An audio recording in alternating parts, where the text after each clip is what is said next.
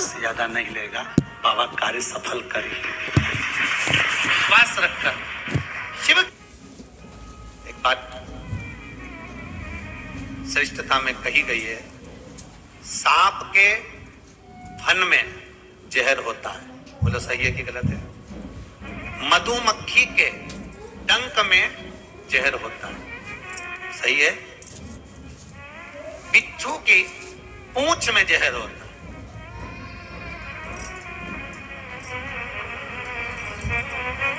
पर मनुष्य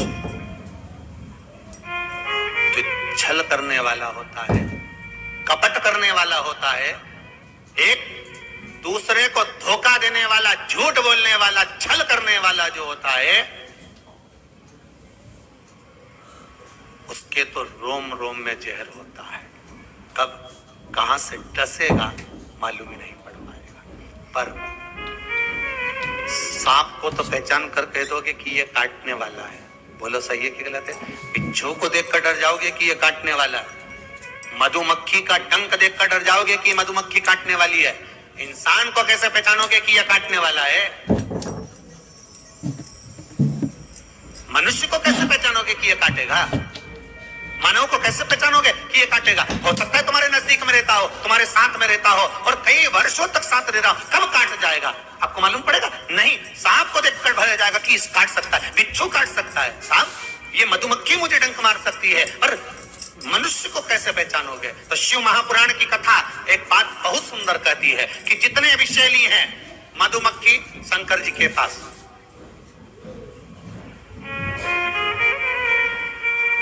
शिव जी का नाम एक धूमवान है। क्या नाम है? धूमवान। माता पार्वती का नाम एक धूमावती, जिनके पास में मधुमक्खी ढेर, पूरे शरीर के आसपास में मधुमक्खी मधुमक्खी है, धूमावती के।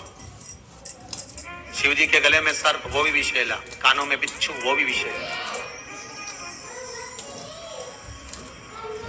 हम कैसे पहचानेंगे कि ये व्यक्ति विषैला है, ये हमको धोखा देगा, ये कपट करेगा, ये छल करेगा, ये झूठ बोलेगा, ये प्रपंच करेगा? कैसे पहचानेंगे?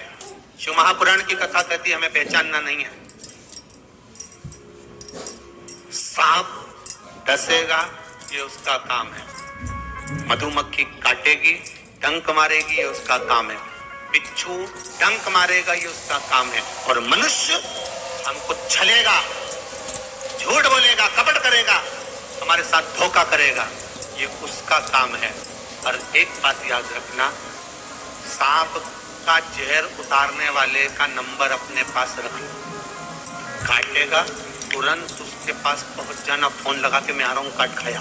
बिच्छू काटे, बिच्छू वाले का नंबर अपने पास रख लो, जैसे ही काटे तुरंत उसके पास पहुंच जा। मधुमक्खी काटे तुरंत उसके पास पहुंच जा। उसी तरह मनुष्य जब काटे तो श्री शिवाय नमस्तुभ्यम मंत्र याद रखना, बस जहर उतर जाए। शिव है, औघड़ी है, दयालु है, दातार है, कृपा का सागर है। महाराज, ऐसा कोई कार्य नहीं जो बाबा नहीं करता। एक बात अपने ध्यान में रखिएगा, जिस समय पर आपको लगे कि कोई समस्या बहुत बड़ी आके खड़ी हो गई है, और बहुत बड़ी समस्या, और आपकी दृष्टि में लग रहा है कि आपको ये समस्या बहुत बड़ी है, आपकी दृष्टि में आपको ऐसा महसूस हो रहा है कि ये समस्या बहुत बड़ी है और इसका कोई हल नहीं निकल रहा, सब जगह से होकर आ गए, हर जगह जाकर निवेदन कर लिया, विनती कर ली, और वो समस्या आपको लगता है कि बहुत बड़ी है, तो शिव महापुराण की कथा कहती है, महाराज बेलपत्री के पेड़ के नीचे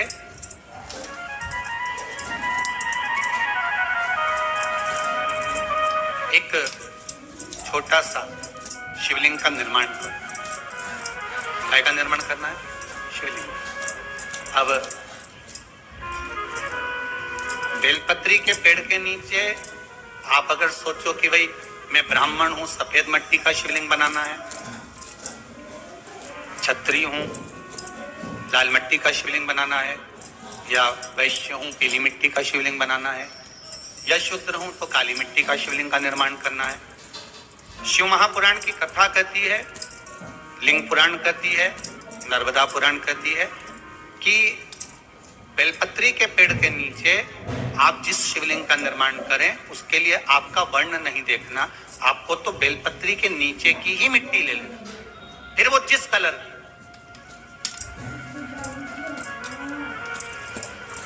हाँ, अगर आप घर में शिवलिंग का निर्माण कर रहे हो तो आपको वर्ण देखकर मिट्टी लेना है कि हम ब्राह्मण है तो सफेद मिट्टी का शिवलिंग बना ले, वैश्य है पीली मिट्टी का बना ले, क्षत्रिय है लाल मिट्टी का बना ले, शूद्र है तो काली मिट्टी का बना ले। पर अगर कोई समस्या बड़ी विकट है और आपको लगता है कि इसका कोई हल नजर नहीं आ रहा, इसका कोई हल ही नहीं दिख रहा, और ऐसा लग रहा है कि ये उलझते जा रही है गुत्थी, अब सुलझना नहीं है, अब उलझते गए और लगे कि अब ये सुलझना नहीं है, और अब ये कोई, हमने जितनों को बोला कोई नहीं सुलझा सका, हमने बहुत सोर्स सब लगा लिया, सब एक बेलपत्री के पेड़ के नीचे, या तो सोमवार को या सोमवार की अष्टमी पड़े उस दिन, या फिर प्रदोष के दिन, प्रदोष काल में शिवलिंग का निर्माण कर।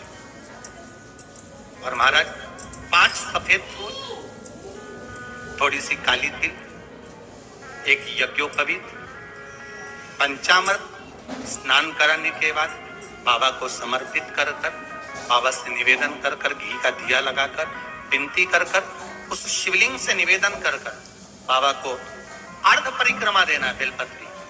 कितनी परिक्रमा देना है? आदि परिक्रमा बेलपत्री की। आदि परिक्रमा कैसे? जैसे शिवलिंग का निर्माण आपने यहाँ करा तो सामने बैठकर अगर आप उठे हो तो आधा बेलपत्र के पीछे जाना और वापस लौट कर जाना, पूर्ण परिक्रमा नहीं, अर्ध परिक्रमा कर शिवलिंग को नमन कर दीप जब ठंडा हो जाए शिवलिंग को उठाकर निवेदन कर विश्राम कर दीजिए। उस कार्य को बोलकर शिवलिंग को जल में विसर्जन करना। कौन सा कार्य? जो सब दूर से आप हार गए और लगा कि अब इसके सिवाय कोई सार तत्व नहीं है, तब करना योग, तब इस उपाय बाबा से निवेदन कर आओ।